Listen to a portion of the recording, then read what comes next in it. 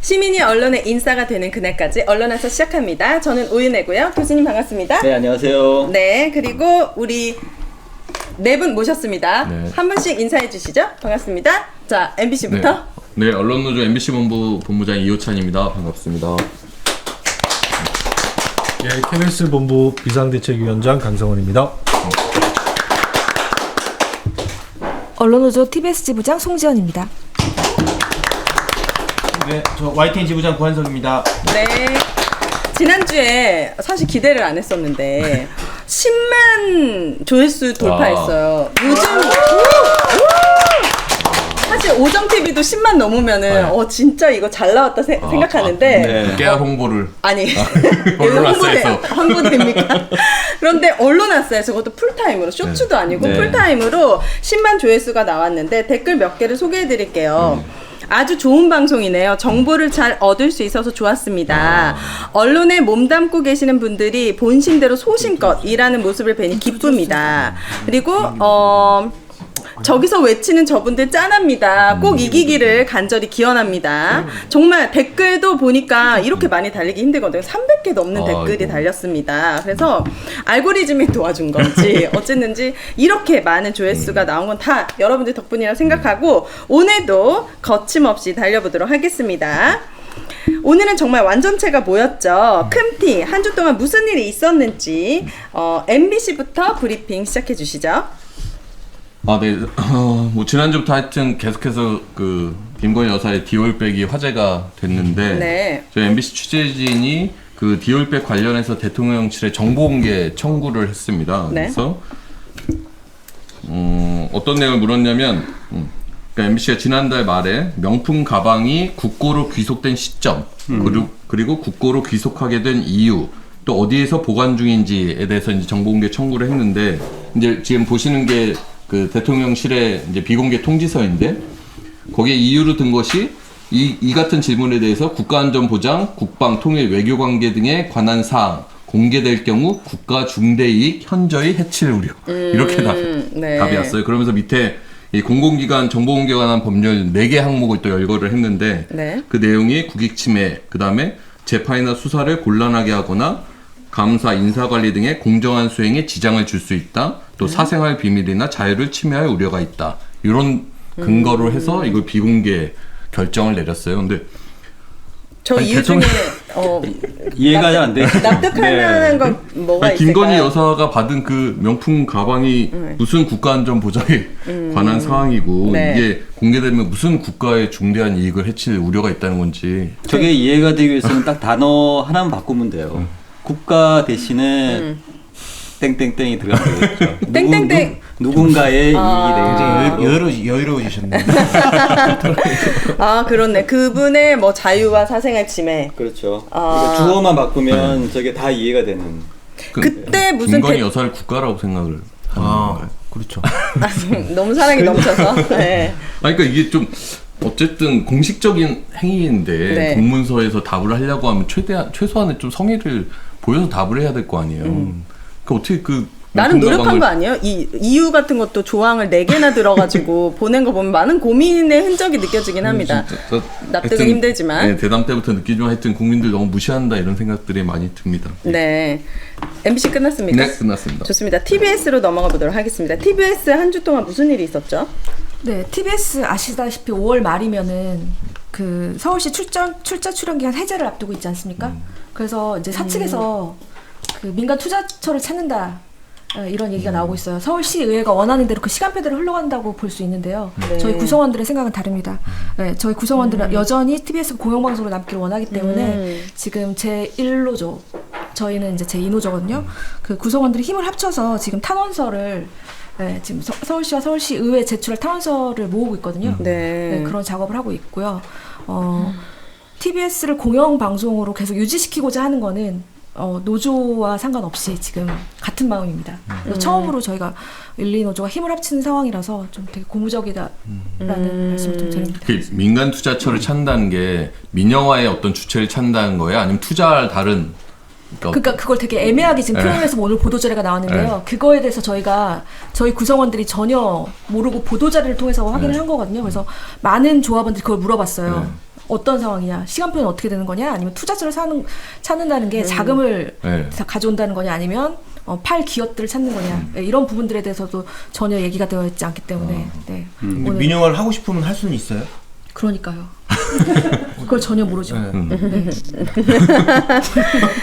알겠습니다. 관련된 조례가 지금 없는 상태잖아요. 맞습니다. 그래서 사실은 마음대로 할 수 있는 상태인데 네. 이렇게 마음대로 할 수 있는 이유도 사실은 서울 시민들이 TBS에 대해서 마음이 떠났다. 이 네. 무관심하다는 것을 아는 순간 더 강하게 밀어붙일 것 같아요. 그래서 시민들께서 지금 1노조와 2노조가 지금 같이 오랜만에 연대를 하는데요.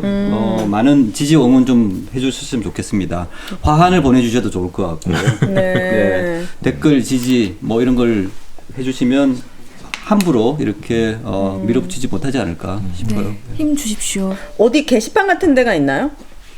아니요, 그런 건 없습니다. 그럼 어떻게 힘을 줄지는 좀 구체적인 방법을 알려주시면 네, 좋을 것 홈페이지 같은데 TBS 홈페이지 TBS, 게시판. 네, 영상이나 그런 뭐 아니면 이제 문자 사연 같은데 문자 사연 같은 네. 곳에 여러분들이 하실 수 있는 TBS에 전달되는 메시지에 공영방송 지키고 싶다, TBS 지키고 싶다 이런 메시지들 많이 네. 보내주시면 좋을 것 같습니다. 자, YTN은 한 주 동안 무슨 일이 있었죠? 방통위가 유진그룹을 YTN 최대 주주로 승인을 해서 그 행정처분이죠. 를 취소하라는 그 소송을 노동조합과 우리사주조합이 냈고요. 네. 그리고 그 본안 소송이 오래 걸리니까 빨리 집행정지부터 해달라라는 일종의 가처분도 낸 상태고, 그래서 배당이 됐고요. 이르면 다음 주, 뭐 늦어도 이달이나 다음 달 초쯤에는 결과가 나올 것 같습니다. 가처분 신청이요? 예, 가처분 결과가 내부에서는 어떤 기대를 좀 하고 있나요?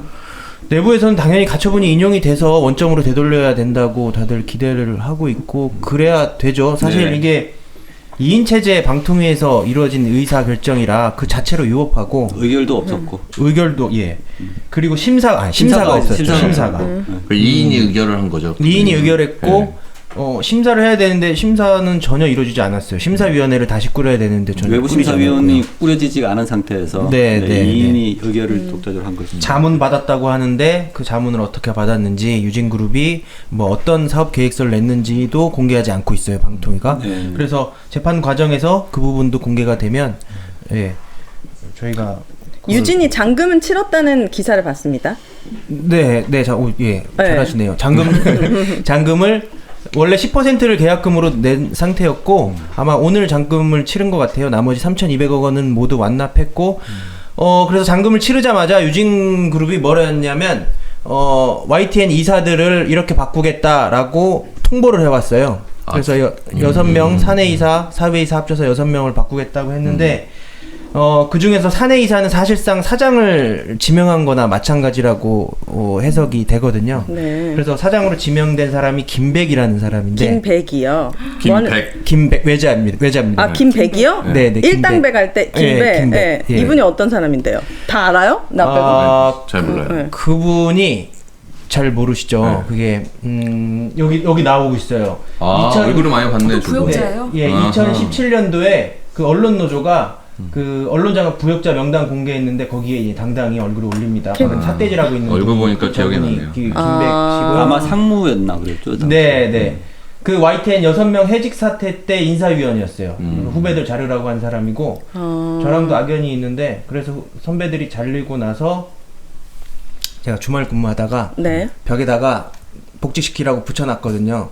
근데 와가지고 떼라 그러더라고요. 네, 저 사장이. 네, 저분이 김백 씨가. 김백 저분이 우리 자천시켜서 네. 아. 그때라 그래서. 우리 그때라 그래가지고 관심 싫다고. 네. 그래서 막 언성을 높이고 한참 싸웠어요. 네. 네. 그때 안 싸웠으면 제가 여기 안 있었을 텐데. 그 이후로 이제 제가 이제 광주 발령 날 때도 아니, 그거 안 됐다고 광주로 자천을 보내요? 이제 벽보 안 됐다고? 조합 벽보 안 활동을 됐다고? 열심히 하는 몇 명을 찍었어요. 이 젊은 기자들 몇 명을 아. 5명을 찍어가지고 내려 보냈죠. 그때 제가 본 저분은 적이 YTN 내부에 있는 사람이에요, 지금? 김백? 저분은 나갔습니다. YTN에서 할 거 다 하고 나갔어요. 사무까지 다 하고 아. 나가서 윤석열 정권 들어서면서 무슨 짓들을 벌였냐면 공정 언론 국민연대라고 만들어서 알아요? 잘 아시나요? 그 공정을. 맨날 저쪽에서 문제 네. 밀어내고 하는 그 단체. 모니터링하고 모니터링하고. 네. 그래서 정권의 나팔수 노릇했죠. 그러니까 유진그룹이 YTN을 인수해서 무슨 미디어 기업으로 도약시키겠다. 물론 뭐 유진그룹의 유경선 회장은 그런 꿈을 개인적으로 가질 수 있죠. 하지만 네. 이거는 결국에는 용산에서 장악하려고. KBS처럼 만들려고 하는. KBS처럼 만들려고 하는 거예요. 야, 그러면 사장과 이제 노조 위원장으로 만나시는 분. 아, 예. 그럼 이제 정말 어디 만나기 싫네요, 제주도로 진짜. 좌천되는 저희가 거 뭐 아니에요? 기자 출신. 섬으로. 예, 기자 출신이죠. 예, YTN 만들어질 때 95년도에 SBS에 계시다가 SBS 전에 KBS에 계셨고. 유해림 같은 네. 비슷한. 유일임하고 거의 비슷한 네. 비슷한 수준의 그런 빌런입니다. 유인 아니 네. YTN이 많은 인물들을 배출했네요. 예. 지금 사장 임기가 사실 얼마 안 남았잖아요. 이제 근데 9월까지라 네. 그거를 도중에 그냥 중간에 해임시키겠다. 사장을 해임시키면 되게 절차가 복잡해요. 네. 막 3분의 2 이상, 2 이상의 주주들의 동의를 받아야 되고 절차가 복잡해서 그냥 두고 사내이사를 김백 씨로 지명을 한 다음에 그냥 사장으로 임명을 해버리는 거예요. 그러니까 해임을 안 시킨 상태에서. 오늘 그리고 사장이 두 현 명이 사장은 그냥 사내이사로 두는 거죠. 그냥 그런 식의 꼼수를 부릴 것 같다고 예상을 해요. 결국에는 이 방송사들에서 벌어지는 이 모든 일들이 사장 바꾸고 보도 주무르려고 하는 겁니다. 그러니까 총선 결국 전이 과거의 있을까요? 적폐 인사들이 다 귀환하고 있는. 그렇네. 예. 그리고 그렇죠. 그리고 사실상 상무로 지명된 분이 또 김원배 씨라고 있는데 이분도 희대의 오보를 내셨어요. 김원배님이요? 그 워싱턴 특파원 시절에 우리 동문이 이사했던 김원배 말고 딴 네. YTN. 까먹었잖아요. 네. 워싱턴 특파원 시절에? 희대의 오보. 네. 그때 북한이 4차 핵실험을 하면 당시 박근혜 대통령이었잖아요. 박근혜 대통령이 남쪽도 핵 개발을 하겠다라고 선언을 했다고 워싱턴 특파원이 쓴 거예요. 이거는 생각해 보세요. 우리나라가 핵 YTN 뉴스 개발 저렇게 나왔네. 이겁니다. 우리나라가 만약 핵무기 개발하겠다고 선언하면 이거 네. 전 세계적으로 난리 나죠. 미국도 난리 날 텐데. 미국뿐만 아니라 이건 어마어마한 이건 희대의 오보예요. 왜 한 건데요, 근데 김원배는? 정보 출처가 있었을 텐데 네. 그 외신을 잘못 해석했대요. 저기 잘못해서 주변국 네이버스를 잘못 해석한 탓이었다 나오네요. 월스트리트 저널 본문에 나온. 네. 네. 김원배 씨, 또 김건희님 이사 아임백이라고 다 백 하셨네. 저 네. 궁금한 게 있는데 그럼 만약에 예를 들어서 가처분 신청이 받아들여져도 네. 이렇게 사장이 교체될 가능성이 큰가요? 이게 최다의 출자자 변경이 된 상태에서 집행정지가 되는 게 전례가 없는 일이라 일단 집행정지가 되면 방통위 승인이 안 되면 유진그룹은 YTN 주주가 될 수가 없어요. 그래서 다시 원점으로 되돌리는 거예요. 아마 되게 애매모호한 상황이 지속되거나 적어도 사장을 그런 식으로 임명하지는 못할 거예요. 3,200억 그냥 계좌이체 다시 해주면 되는 거 아니에요? 그렇죠. 간단하게. 네. 그럼 이번 판결이 진짜 중요하겠네요. YTN 운명을 가르겠네요. 네, 근데 이런 게 인용될 가능성이 있나요? 글쎄요. 인용이 일단 명백하게는 이게 불법적인 요소가 있죠. 아까 네. 말씀드렸지만 심사위원회 구성도 하지 않은 상태에서 의결을 한 것이잖아요. 사업부가 이제 이런 부분을 법적으로 잘 판단해 주셔야 되고 두 네. 번째는 YTN이라고 하는 중공영 방송의 공공성을 이제 지키는 것들에 대한 그 참도도 있어야 될 것 같아요, 사법부가. 왜냐하면은 이게 그냥 기업이 아니고 굉장히 중요한 미디어 기업이잖아요. 네. 그렇기 때문에 기업 자체가 갖고 있는 공공성, 책임성 이런 것들을 법원이 판단하시면은 뭐 합리적이라면은 당연히 인용이 돼야 되지 않을까. 네. 그러니까 이게 좀 걱정이 되는 게 이 사람들이 이거를 그냥 시급하게 계속 빨리 밀어붙여갖고 이걸 되돌리기 더 어렵게 만들려고 속도를 내는 걸 거 아니에요. 그러니까 맞아요. 법원 판결이 빨리 나와야 이게 바로 잡을 수 있는데 법원 판결하는데 시간이 걸려버리면 법원도 이 상황을 다 그럼 되돌리기 부담스러워지게 만들려고 이 사람들이 지금 속도를 내는 3,200억 거라. 원도 입금했고 네. 대표이사까지 새로 선임하고 여러 가지 경영권 인수 작업이 진행되고 있으니까 만약 이걸 원점으로 되돌리면 본인들이 회복할 수 없는 피해를 입게 된다 이렇게 주장하려는 속셈인 거죠. 셈이죠. 알겠습니다. 그러면 지켜보도록 하겠고요. KBS는 어떤 일이 있었죠? KBS는요. 설 연휴 직전에 이제 저희가 대담 했죠. 그 정말 너무 치욕스러운 방송이고 지금 이제 그것 때문에 저희 시청자 게시판이라든지 네. 이런 쪽에도 지금 엄청난 이제 비판을 지금 받고 있는 그런 상황이고요. 그 조금 이따가 오늘 메인 토크에서 네. 자세히 좀 다루기로 하고요. 또 하나 KBS의 그 독립성이라는 것이 또 발휘되는 게 그 감사라는 그 기구 조직을 통해서 감사. 예, KBS를 감사하는 네. 그 조직의 독립성이라는 것도 상당히 이제 공영방송의 독립성을 위해서는 중요한 그 요소죠. 네. 근데 지금 KBS의 감사와 사장이 이제 한판 지금 붙고 있습니다. 박민 사장과. 박민 사장과 네. 이제 박찬욱 감사라고 지금 KBS 이제 감사신데 발단은 그 감사실에 그 부장급 부서장들 인사를 사장이 지금 밀어붙여서 강행을 하면서 교체를 지금 해버렸어요. 네. 임명을 강행을 했습니다. 근데 요것도 저희가 이제 후토크에서 조금 다룰 텐데 감사의 독립성을 심각하게 지금 훼손하는 이 좀 불법적인 요소들이 있어서 요거를 네. 후토크에서 조금 더 자세히 설명을 드리겠습니다. 알겠습니다. 오늘 많은 분들이 함께 해주고 계시고요. 본 토크로 넘어가 보도록 하겠습니다. 자, 오늘의 메인 토크는 요거 얘기 먼저 하고 가자. 뭐요? 이 감사 이야기를. 후토크 때 한다는 게 지금 후토크, 한다는 네, 거야? 지금 하자. 아니, 지금 좀 지금이 후토크군요. 지금이요? 저는 이제 말씀하신 나중에가 됐으니까. 나중에가 지금 나중에. 제가 처음 느껴보는 진행이라 몇 초 후에 하겠다는 말씀이었군요. 알겠습니다. 제가 제 박민 2주 만에 왔더니 10만 돌파도 하시고 알겠습니다. 훌륭하십니다. 후토크 시작하도록 하겠습니다. 네. 이제 뭐냐면 저희 KBS 이제 감사라는 이제 직제가 있어요. 말 그대로 KBS를 감사하는 그 기구입니다.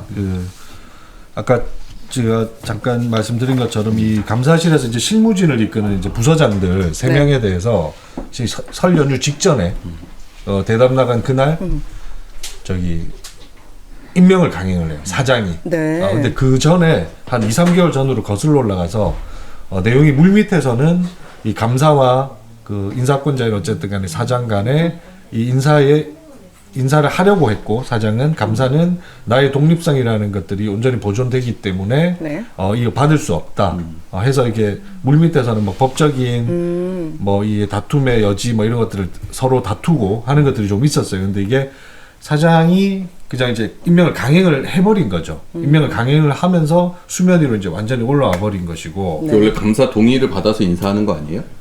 감사 동의를 받는 게 아니라 통상은 감사가 지정한 자를 사장이 그냥 그 임명만 하는 거죠. 동의의 문제가 아니라 네. 그 주체가 감사인 겁니다. 인사권의 감사 주체가 인사에. 감사인 그게 KBS 감사 직무 규정이라는 것에 있고 오히려 결격 사유가 감사가 그 지정을 하지 않는 부적격자하면은 결격 사유가 오히려 되는. 네. 그래서 이 주체는 있고 50년 역사 동안 한 번도 이런 인사가 있은 적은 없죠. 그리고 사장이 인사를 강행하고 나서 그 이유에 대해서도 최근에 이제 KBS 뭐 수신료 분리고지라든지 이런 문제의 쇄신을 위해서 바꾼다고 하는데 수신료 분리고지랑 감사실 부서장 3명 바꾸는 인사랑 완전히 이건 뭐 아무 설득력이 전혀 제로지 않습니까? 네. 그래서 이런 문제들이 지금 있어서 아마 이제 그 감사실에서는 오히려 이런 일들이 좀 벌어지고 있는 거예요. 새로 온 그 3명의 부서장들을 지금 업무 배제를 시켜버리고 오히려 이 사안 자체를 감사가 감사하겠다. 특별 감사하겠다. 사장이 이렇게 독립성을 침해 온 것에 대해서 그래서 아마 특별 감사반을 지금 꾸리려고 하는 것으로 지금 알고 있고 네. 이제 사장과 감사가 어쨌든 간에 충돌했던 것은 초유의 일이 맞죠. 초유의 일이고 근데 이게 뭐 더 본질적으로 조금 들어가면 그냥 단순한 이 인사권 행사를 위한 다툼의 문제가 아니고요. 이게 결국에는 그러니까 박민 사장 전 과거 시절에 박민 체제 전까지 지난 5년 동안에 KBS에서 일어났던 소위 말하는 그 언론인 총연합회라든지 이런 단체들이 모니터링 통해서 꾸준히 얘기하는 오히려 KBS의 그 편향된 보도들, 왜곡 보도라고 주장하는 것들에 대해서 다시 감사를 하겠다는 거예요. 지난 5년을. KBS의 그 방송 부분에 대해서. 그러면 이거는 사실상의 보복 기구가 되는 거죠. 보복 기구로 전락을 하게 되는 것이고 특히나 오늘 이제 그 이사회가 열렸거든요. 임시 이사회가 열렸는데 네. 그 임시 이사회에서 박민이 고백을 하죠. 인사 보복을 위한 뭐 그 언어를 그렇게 쓰진 않았지만 해석을 하면 그거예요. 이제 백서를 만들겠다. 청문회 과정에서도 그 얘기는 꺼냈었거든요. 이 과거에 대한 그 평가를 자기네들의 시각과 주관으로 편향되게 기록을 남기고 그 기록을 가지고 이 감사실이 움직여서 거기에 대한 그 관계자들, 취재 기자들, PD들, 제작진들에 대해서 실제적으로 보복 인사를 하겠다는 것을 오늘 사실상 고백한 그때부터 사과 방송 자기들 맘대로 하는 그렇습니다. 것처럼 예, 감사도 맞습니다. 예. 자기들 시각에서 이걸 다 다시 살펴보겠다. 정리가 좀, 네. 좀 복잡하잖아요. 이 정리를 하자면 그런 것 같아요. 이게 감사원이 KBS나 MBC 이 감사를 했었던 적이 있어요. 외부 감사원이. 그렇게 하면서 이제 징계 사유를 막 찾으려고 했던 거잖아요. 그 이유가 뭐냐면은 징계하고 새로운 사람을 임명함으로써 이제 KBS, MBC를 장악하려고 하는데 감사원을 동원한 것이죠. 그 감사원이 언론 장악 기구로서 이제 도구화되고 수단화됐던 건데 그걸 이제 내부에 그거를 적용시키겠다는 거예요. 이거는 이제 방송 제작 장악을 위해서 감사 내부실을 인사권을 통해서 장악을 먼저 한 것이라고 보여지고요. 네. 그 과정에서 사실 불법적인 게 있습니다. 업무 감사 직무 규정에 보면은 감사가 감사 부서의 직원으로서 적당하고 인정하는 자여야 돼요. 네. 감사의 권한이 굉장히 큰데도 이것을 패스를 해버린 거죠.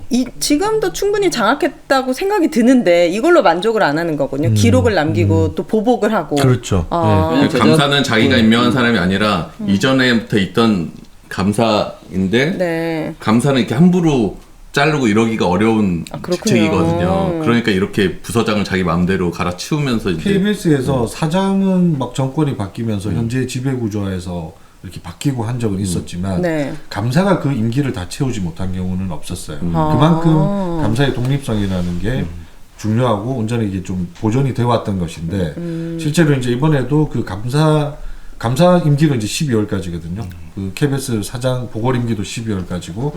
근데 어찌됐건 간에 이제 뭐 시간들이 짧고 과거에 이제 또 다른 어떤 기구를 만들어서 이런 청산 작업을 하기에는 네.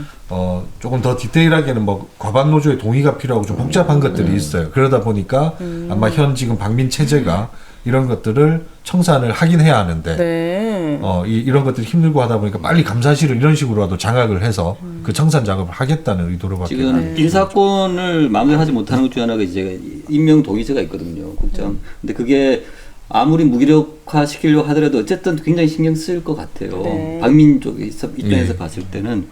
그래서 감사를 통해서 어떠한 하자나 문제점들을 발견을 해서 그걸 이제 정당화시키는 계기로서 쓸 수가 있지 않을까 싶은 거죠. 이게 그래서 사실은 이제 내부 장악을 위한 본격적인 시도에 들어갔다. 내부 구성원들이 이제 더 팔짝팔짝 뛰고 난리 쳐야겠네요, 이제. 그렇죠. 근데 이제 이런 것들 오늘 이제 이사회에서 일어난- 이게 불과 지금 몇 시간 전이지 않습니까? 아, 그렇군요. 한 5시 조금 넘어서 끝난 걸로 알고 있는데 그 이사회에서 이제 박민이 이 실제로 백서 얘기하고 네. 아까처럼 인적 청산에 관한 이런 뉘앙스로 지금 얘기들을 하고 있어서 네. 이게 아마 이제 다시 이번 주 내내 또 KBS 안에서는 시끄럽겠네요. 어떤 논란이 될것 같습니다. 좀 이전과 다른 수준의 내부 조직적인 어떤 움직임이 이제 곧 있어야 되지 않을까라는 네. 생각이 이렇게 듭니다. 가다가 또 감사 해임시키려고 할 것 같아요. 안 되면은 네, 또 그러니까 감사랑 계속 충돌하는 모양새를 만들어 갖고 감사가 경영권, 뭐 인사권까지 개입한다고 이런 해임 사유를 만들어서 그것도 밀어붙이려고 하지 않을까 그것도 좀 봐야 될 것 같아요. 알겠습니다. 그럼 메인 토크로 넘어가 보도 될까요? 네, 메인 토크로 넘어가 보도록 하겠습니다. 오늘의 주제는 바로 KBS 파우치 대담 부끄럽지 아니한가. 설 명절 밥상에 오른 이슈가 바로 윤석열 대통령의 KBS 대담이었습니다. 모든 기사가 대담 내용으로 도배가 될 정도였고 저도 박절이라는 단어를 막 찾아보고 굉장히 관심이 가졌는데 일명 KBS 파우치 대담 무엇이 문제이고 과연 언론사에 어떻게 기록될지 6가지 키워드로 파헤쳐 보도록 하겠습니다. 첫 번째 키워드는 걸어서 대통령실 속으로 왜 너무 웃겨요? 제가 이거 되게 오늘 네. 슬픈 주제인데. 예. 아 그래요? 네. 다시 하겠습니다. 걸어서 근데 이거는 웃음밖에 안 나요. 저는 용산에서 찍을 줄 몰랐거든요. 자, 걸어서 대통령실 속으로입니다. 이게 대담이 맞는지 거의 미니 다큐 형식이었던 것 같아요. 이번 KBS 대담은 형식적인 부분에서도 유례가 없었는데 다들 어떻게 보셨는지 짧게 소감 부탁드립니다. 우리 교수님부터. 저는 장르 이야기 하셨는데 저는 완전 새로운 세계를 본 것 같아요. 새로운 세계요? 네. 그러니까 한때 유행했던 게 뭐냐면 메타버스가 있어요. 네. 메타버스가 이렇게 가상 세계잖아요. 네. 사이버에 가상 공간을 만들어 놓고 아바타들 실제 인물인 것으로 여겨지는 분들이 돌아다니면서 대화를 하는데 저는 그걸 보는 듯한 느낌이 들었습니다. 왜냐하면 네. 그 공간도 굉장히 약간 초현실적으로 보였고 네. 대담하는 관계도 그렇고 그걸 보고 있는 저 입장도 그렇고 그래서 이게 네. 저는 장르의 문제가 아니라 저는 새로운 메타버스를 그 정도로 좀 네, 약간 아직도 신선한. 사실은 다가와지지 않아요. 이걸 비판을 해야 되는데 비판도 사실은 어느 정도 합리성이나 계산의 가능성이 있어야지 비판이 할 필요가 있는데 네. 이건 전혀 다른 세계에서 살고 계신 분들이 하는 것들이라서 비판할 가치가 없다. 너무 가치가 수준이 아니라 낮다. 비판의 불가능성이란 걸 비판의 불가능성을 좀.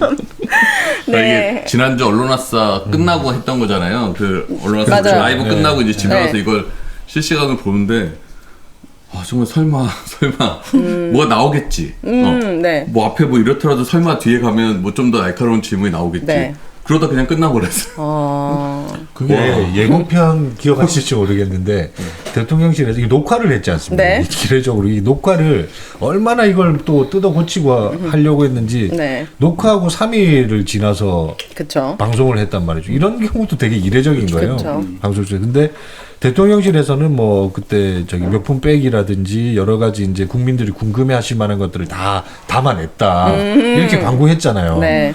근데 개풀 그런 것들은 아니고 오히려 물어야 될 것들을 묻지 못하고. 근데 박장범 앵커는 실제로 어떤 사람이에요? 이 뭐 연차가 높은가요? 그렇죠. 뭐 그분이 고지부장님보다 고대영 사장님 때 높아요. 네. 고대영 사장님 때 비서실장 하셨던 분이시죠? 비서실에도 있었죠. 예, 비서실에도 있었고. 네. 요 뉴스9 이제 박민 체제 바뀌면서 이제 이소정 전 앵커가 국민들께 시청자들께 인사도 못하고 하차한 상황에서 바로 이제 와서 이 사람인가요? 사과 방송을 하고 했던 양반이고 네.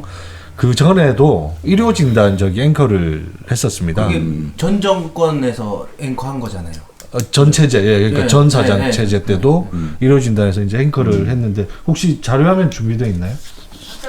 네. 예, 이게 이제 당시에 일요진단 라이브. 박민식이 나왔어요. 이게 아마 작년 윤석열 정부에서 7월 이 수신 네, 이익을 그 정도일 추진한 겁니다. 이후 23년 7월 2일. 공영방송의 저 한번 역할과 들어보시죠. 고대영 사장 해임 판결에 대한 그 멘트를 하는 거거든요. 이런 가운데 지난주 대법원은 문재인 정부 시절 고대영 전 KBS 사장의 해임은 불법이라는 판결을 확정했습니다. 공영방송 사장을 불법 해임한 문재인 전 대통령 그리고 이 불법 해임과 관련됐던 여러 사람들 일제히 침묵하고 있습니다.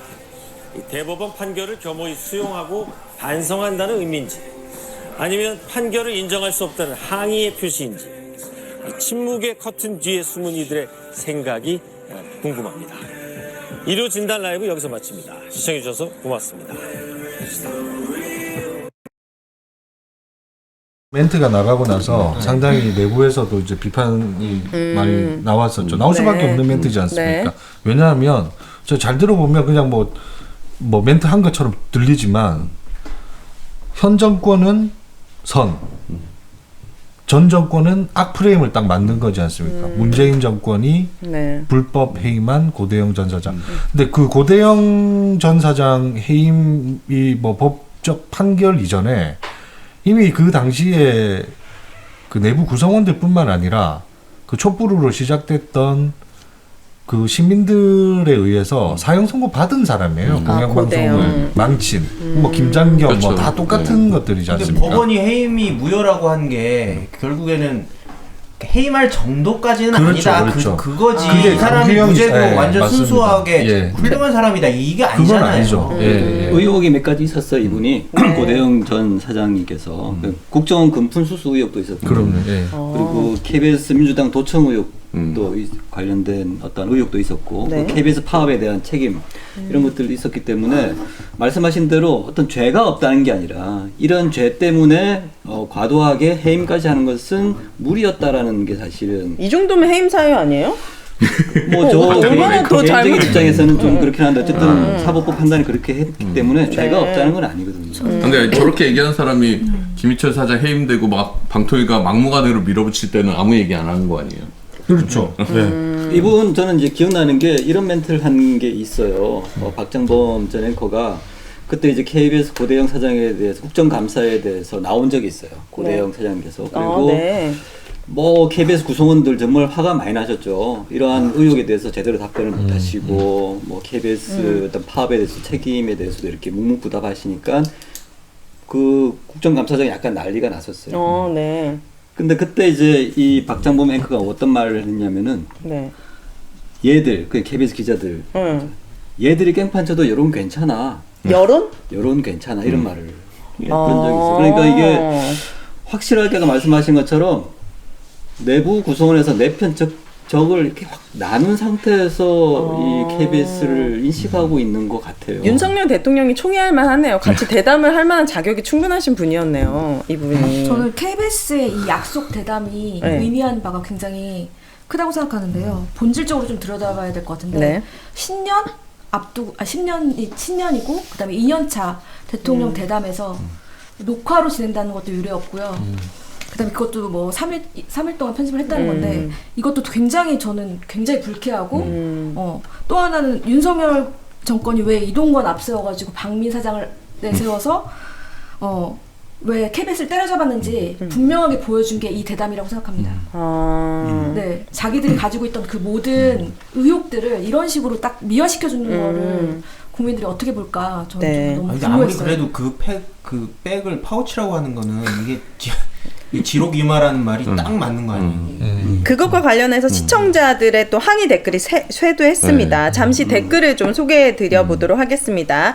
땡윤 방송의 결정체였다라는 평가와 함께 300만 원 디올백이 조그만 파우치로 변신하는 또 언론인이나 기자에게 지나치게 대우해 주지 말자. 평범한 월급 받고 있는 사람으로 대하면 족할 것이다. 이렇게 언론인 전체가 욕을 먹기도 하고 강자와 약자 구분 없이 진실을 찾기 취재하는 사람 기레기. 상당히 빠르게 넘어가네. 네. 용산의 방송. 댓글이 굉장히 많이 달렸던 것 같아요. 예. 부끄럽지 않냐, 박장검 앵커 하면서 이런 댓글들이 많이 달렸습니다. 저는 약간 진짜 뭐 왕이랑 신하 같은 느낌이었어요. 그러니까 왕의 그렇죠. 심기를 거스르지 않기 위해서 그 네. 신하가 뭔가 마사지해서 최대한 왕의 심기에 편한 질문을 던지고 네. 답을 듣는 그 공영방송 저는 앵커가 이분을 보면서 신념이 있지 않고선 이렇게 하지 못한다라는 생각을 했거든요. 정말 자기 기자의 부끄러움을 모르나? 야, 이런 생각이 좀 들 정도로. 그러니까 그 앞서도 네. 보셨지만 이 박장범 앵커 개인이 아주 이 우리의 공적 전파를 자신의 어떤 정치적 편향성 뭐 이런 거를 표명하고 그 해소하는 걸로 뭐 이용한 것밖에는 아니다. 저게 네. 공영방송 앵커로서 네. 그러니까 어쨌든 맞는 것인가. 저널리즘이나 이런 것을 정파적 투쟁의 수단화 시킨 거죠. 그래서 작년 문재인 정권 시절에 그 KBS 쪽이었나요? 그 앵커는 문재인 대통령한테 바로 독재라는 얘기가 나올 정도인데 그거에 대해서 어떻게 생각하시냐 맞아. 대놓고 이렇게 물어보는 질문들이 저는 많았는데 기자분들도 정파나 신념이 있어야 된다고 생각을 늘 하고 있습니다. 네. 이제 문제는 뭐냐면요. 그것을 이제 권력에 적용했을 때는 다른 어떤 신념이 작용인데 그걸 우리가 보통 저널리즘이라고 그러거든요. 네. 그것이 완전히 빠진 상태에서 자기 어떤 정파적인 신념만 가지고 이제 언론 활동을 하고 있다라는 부분이 가장 큰 문제인 것 같아요. 네. 심은정님이 내용도 내용이지만 박장범 앵커 나중엔 엎드려서 진행하는 거 아닌가 싶었다. 이렇게 이런 거의 그런 구조였죠. 약간 네. 그 좀만 시간이 더 인터뷰하실 때도 길었으면 약간 15도 앞으로 기울어져 있는 거 보셨나요? 약간 다들. 실제로 그렇게 자세를 하셨더라고요. 자, 네. 다른 기자들한테 끼친 해악이 장난이 아닐 것 같습니다. 그러니까 언론인들이 또 네. 다 같이 욕 먹을 그렇죠. 수밖에 없는 상황이 그게 연출됐어요. 가장 큰 문제 중에 하나죠. 자, 시민단체, 언론단체 비판 성명도 잇따라 나왔는데 길님께서 소개를 좀 해주시기 바랍니다. 네, 가장 뭐 대표적인 언론 시민단체인 민원연에서 네. 당연히 성명이 나갔었고요. 국민의 분노를 더 키운 대담이라고 이야기를 했습니다. 사실 국민의 많은 의혹들이 해소되고 그리고 여러 가지 해소되지 않았던 문제점들에 대한 사과 어떤 향후 조치에 대한 이야기들이 있어야 되는데 그런 것들이 없이 오히려 네. 분노만 더 키운 그러한 이제 대담이었다라고 이제 민원연에서 했고요. 전국언론노동조합 KBS 본부에서도 당연히 이제 여기에 대해서 성명서가 바로 그 당일날 나갔습니다. 네. KBS 이제 자신들의 어떠한 사과 이런 건 아니죠. 어쨌든 굉장히 어떠한 자신들의 문제잖아요.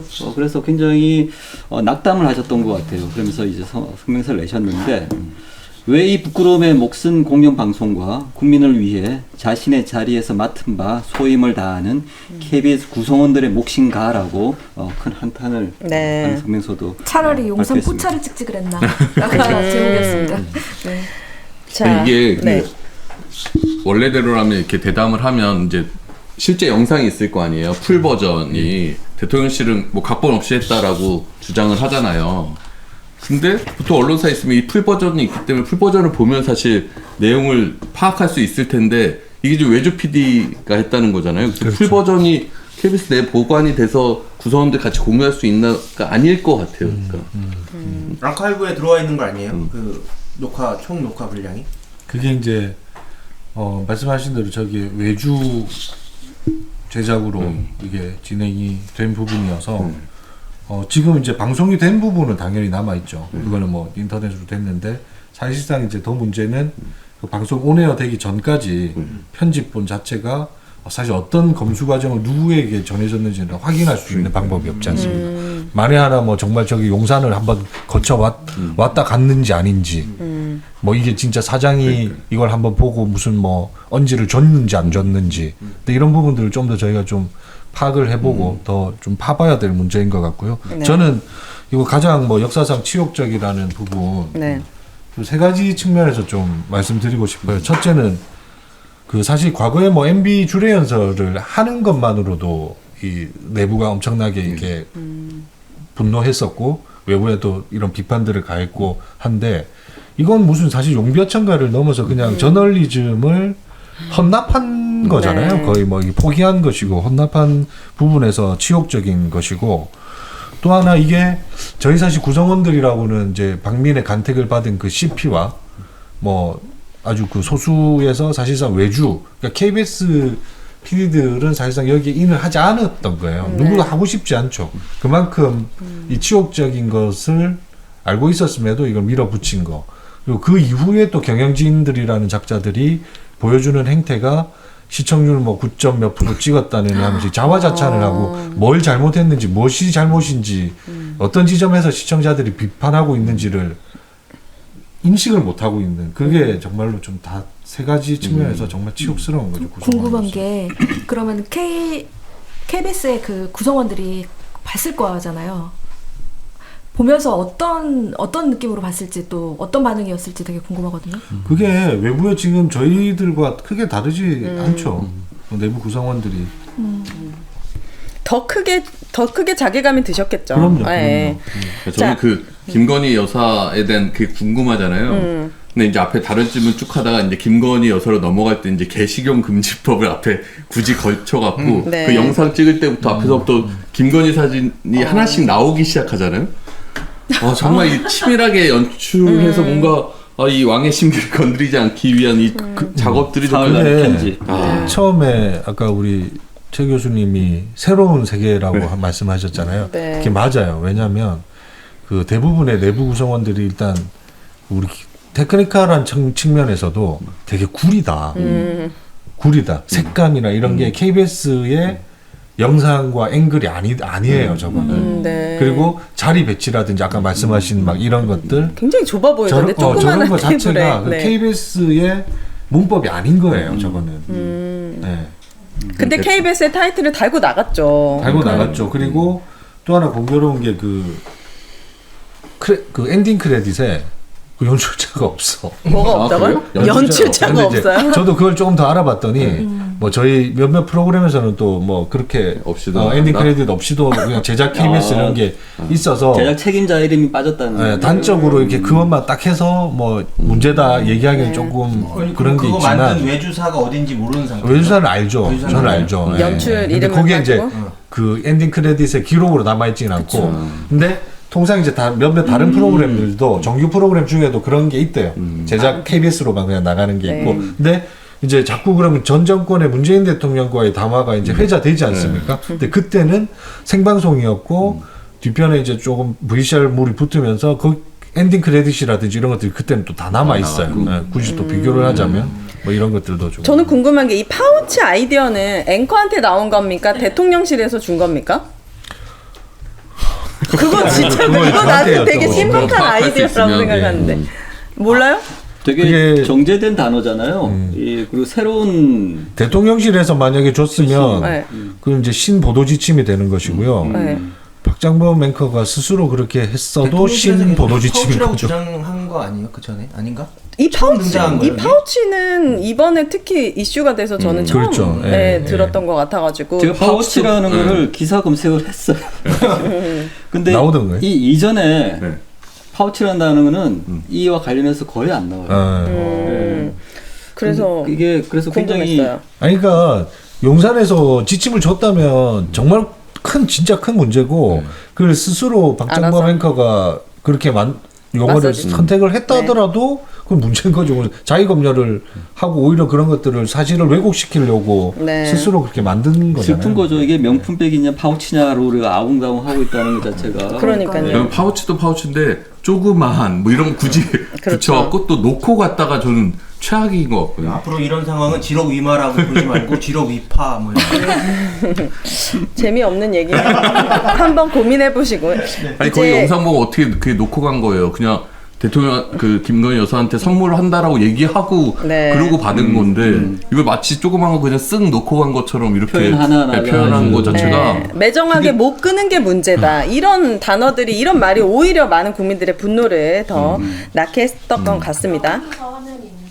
네, 아. 여론조사는 어떤 여론조사죠? JTBC가 어제 보도한 내용인데 명품백 논란에 아쉽다. 네. 입장 표명 매우 37%가 적절하다고 표명을 했고 나머지- 나머지는 부정적 또는 매우 부적절하다. 합치면 100을 훨씬 넘는. 오 100을 왜 넘는 부적절하다가 거죠? 67이랑 매우 부적절 합친 거 네, 그런 거 아, 같아요. 합쳐서 그래서 그렇군요. 부적절이 67, 67, 적절이 27일이 27일 거예요. 27이네요. 10, 27이 37이 아니라 67대 27이었던 것 같아요. 그래서 훨씬 저게 부적절하다는. 첫 조사인 것 같은데 한 70, 명품에 거의 뭐 10% 10명 중에 7명은 네. 저 대통령실에 부적절하다고. 아쉽다 저 네.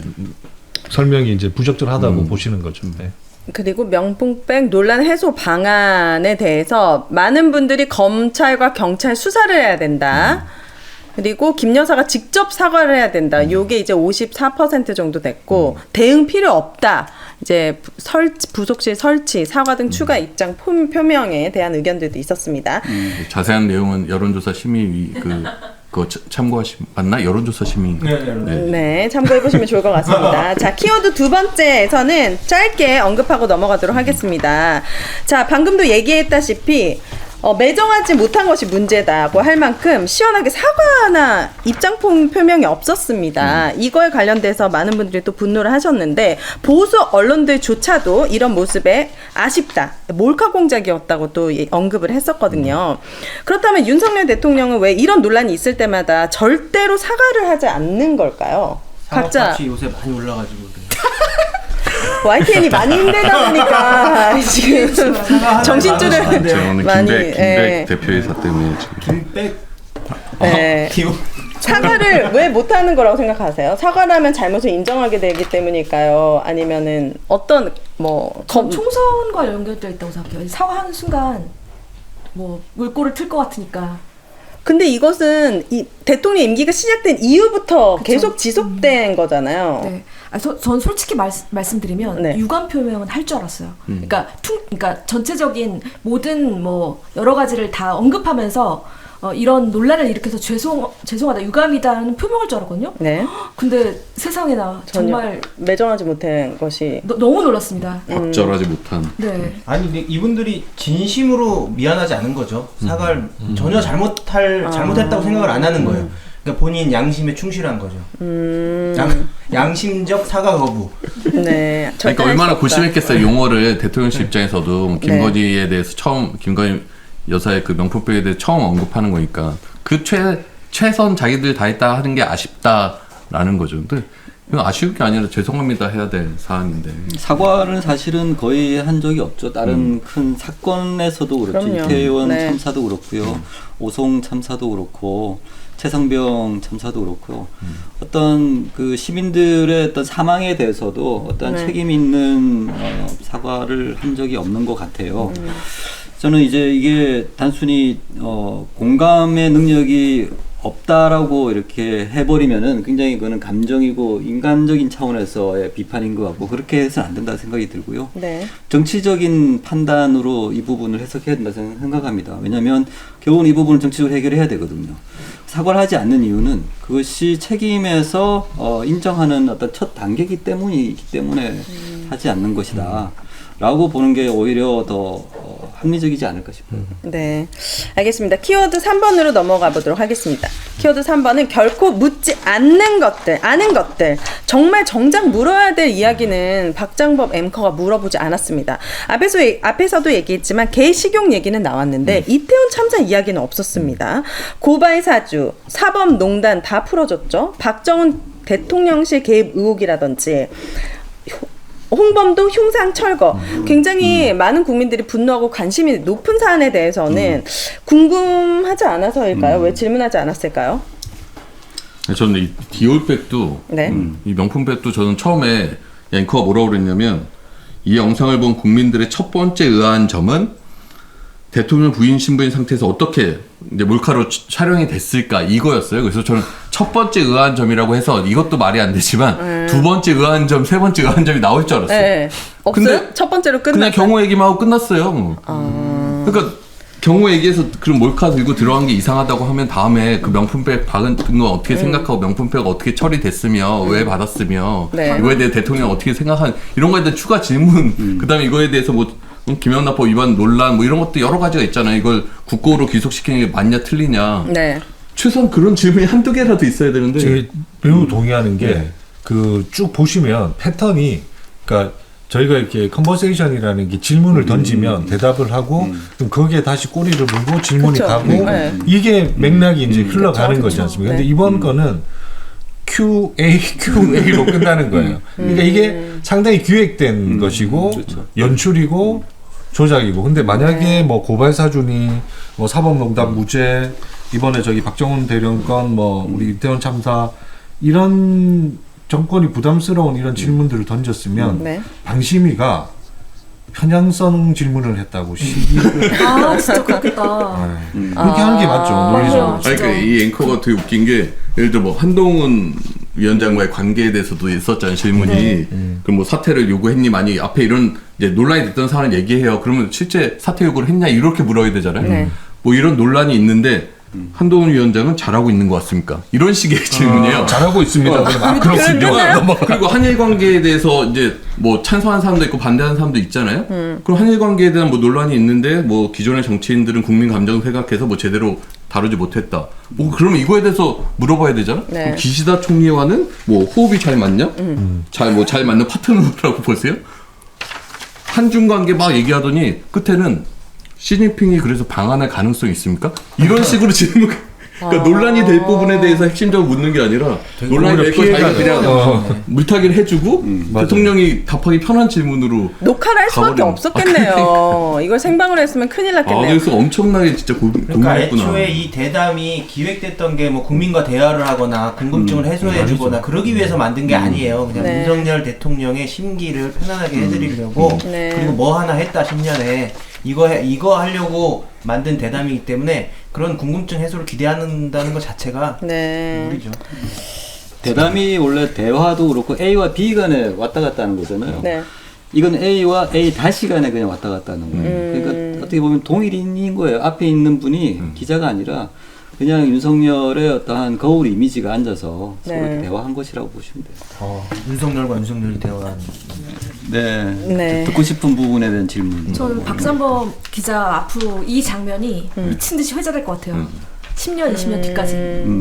그렇죠. 네. 이건 이제 역사적으로 남는 거죠. 되게 역사에 남아야 될 알겠습니다. 키워드 5번째로 넘어가 보도록 하겠습니다. 연극이 끝나고 난 뒤.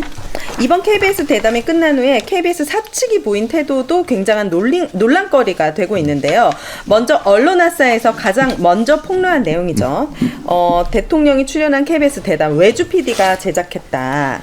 그리고 2박 3일 편집하고 다른 언론에 스크립트도 주지 않았다는 것도 큰 논란입니다. 사전에는 보통 이런 걸 공유해 주나 보죠?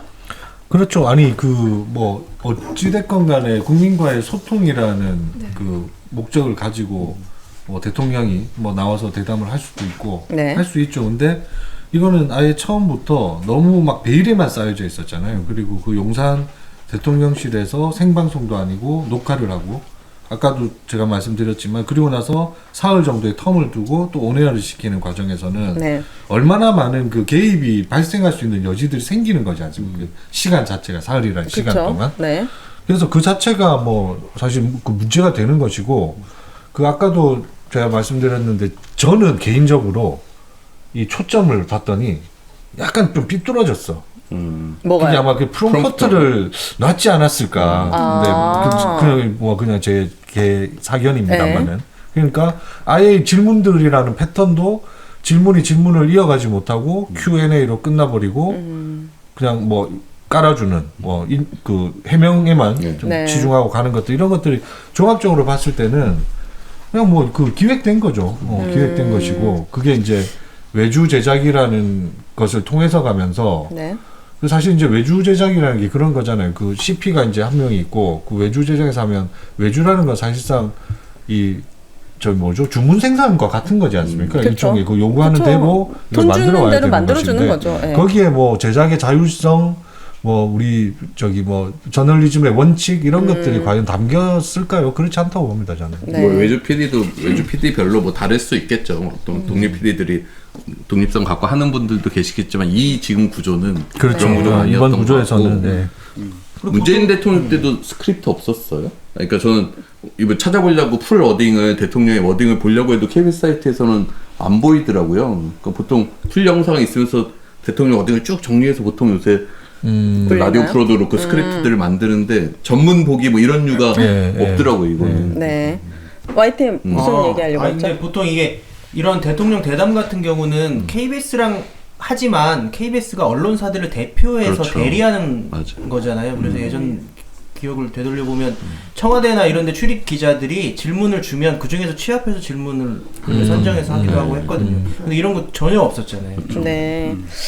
알겠습니다. 마지막 키워드 한번 확인해 보도록 하겠습니다. 신년 기자회견 이제라도 하자입니다. 자, 영상을 하나 보고 오실 텐데요. 윤석열 대통령이 왜 청와대에서 용산으로 이전했는지 잊으셨나 봅니다. 국민과 소통하겠다라고 하셨잖아요. 신년 기자회견도 없이 아주 잘 짜여진 각본으로 만들어진 미니 다큐로 퉁치겠다. 이거는 절대 안 되죠. 기자회견 꼭 해야 된다고 생각하고 그 전에 대통령이 그설 영상 한번 보시면 설에 노래를 또 아, 하셨다고. 이거 참 괴로운데 봐야 되는 거잖아요. 예. 보셨어요? 아니요. 아 보세요, 이게 재밌어요.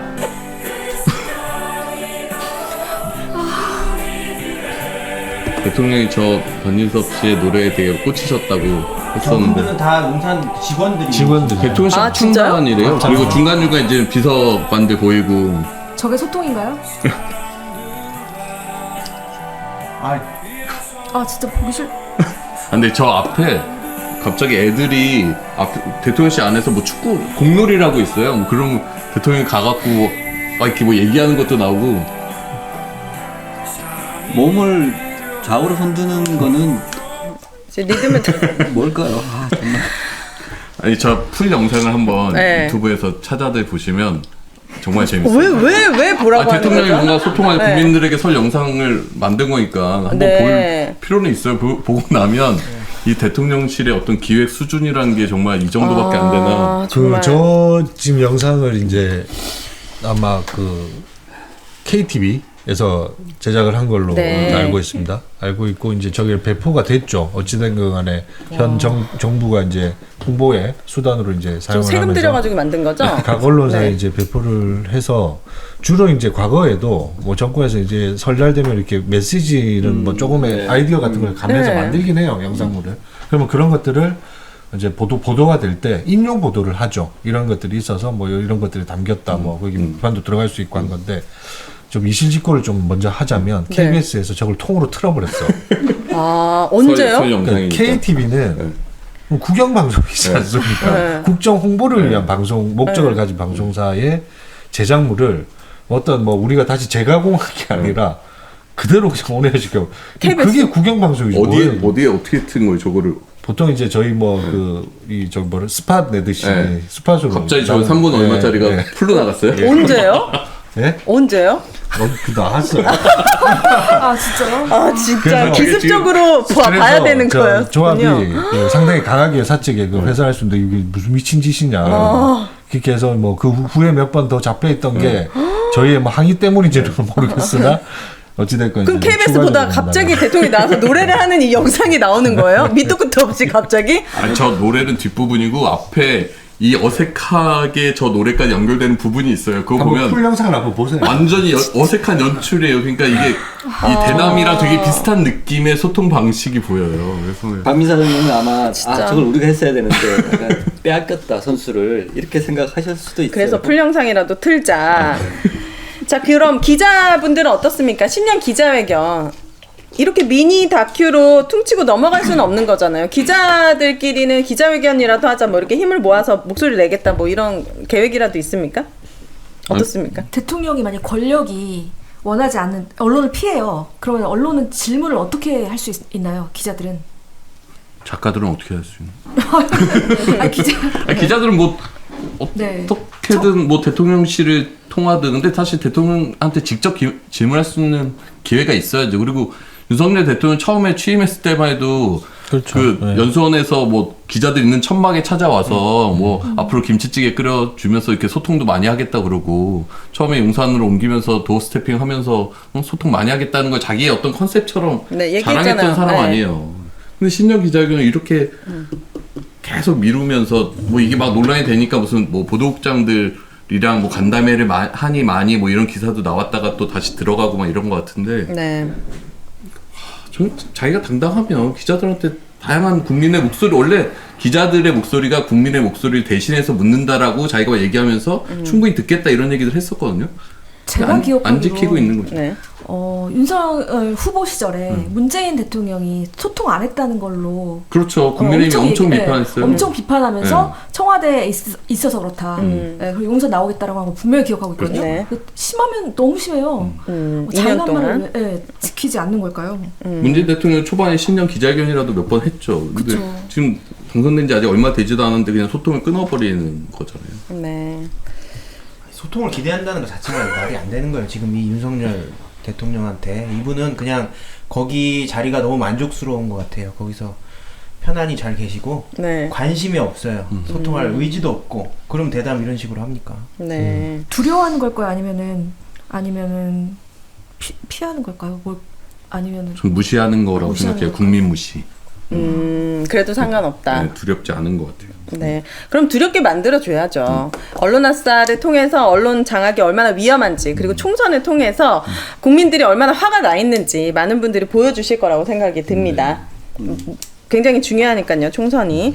자, 알겠습니다. 광채님이 슈퍼챗 싸주셨고, 많은 분들이 함께, 오늘은 200분 넘는 분들이 함께 해주고 계세요. 저희가 지난주에 10만 회를 찍었고, 많은 분들이 또 응원을 해주시고 있는데, 도배하는 분은 나가주시길 바라고.